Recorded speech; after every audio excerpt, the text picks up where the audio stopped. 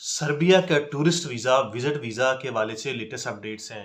जैसा कि हमने बहुत सी इससे पहले प्रीवियस वीडियो में बयान किया है कि सर्बिया के हवाले से ये है, अगर आपके पास यूएसए, कनाडा या शेंजन स्टेट, यूके का वीज़ा मौजूद है, तो आपको सर्बिया का वीज़ा लेने की ज़रूरत नहीं है। ऑन अराइवल आप ऑन द स्पॉट एयरपोर्ट पे उतरेंगे तो आपको वीज़ा ग्रांट कर दिया जाता है, सर्बिया का विज़िटर वीज़ा या टूरिस्ट वीज़ा।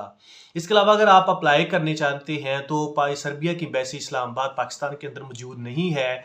सर्बिया की जो एम्बेसी है ईरान के अंदर, वो पाकिस्तान को डील करती है, तो उसका ई वीज़ा उन्होंने इंट्रोड्यूस करवाया है लास्ट ईयर।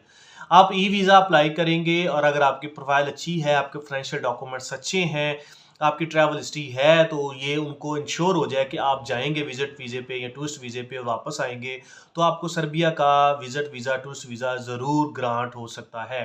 और सबसे अहम और अच्छी बात, इस वीज़ा को अप्लाई करने के लिए कोई ज़्यादा लंबे चौड़े एक्सपेंस या आपको फीस भरनी नहीं पड़ती। ये भी मराकश की तरह यही है कि अगर आपका वीज़ा अप्रूव होना है या आपको मिलना है तो फिर आप फीस पे करेंगे, अदरवाइज सिर्फ आपके फ़ाइल चार्जेस हैं या लिटिल बिट एक्सपेंस हैं जो कि आप फाइलिंग पे या इंश्योरेंस, होटल बुकिंग वगैरह के बाकी चीज़ों पे सर्व करते हैं, वही हैं। सो अगर आपकी प्रोफाइल स्ट्रॉन्ग है, आप अच्छी है, आप टूरिस्ट लविंग पर्सन हैं, तो सर्बिया का visit visa, tourist visa online apply करें और इसकी फ़ीस बाद में पे करनी होती है जब आपका वीज़ा अप्रूव होता है। अगर नहीं होता तो आपको कोई फ़ीस अदा नहीं करनी पड़ती।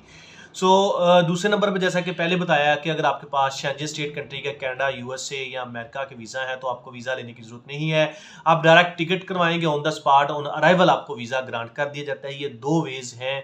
बाकी इसके अलावा कोई ऐसा ऑथेंटिक रास्ता या डन बेस पे या कोई इस तरह को कोई नहीं है। सिर्फ और सिर्फ यही प्रोसेस है, यही एक ऑथेंटिक पेटेंट और रियल प्रोसेस है जिसकी बेस पे आप वीज़ा अप्लाई करेंगे और वीज़ा हासिल करेंगे। Thank you so much.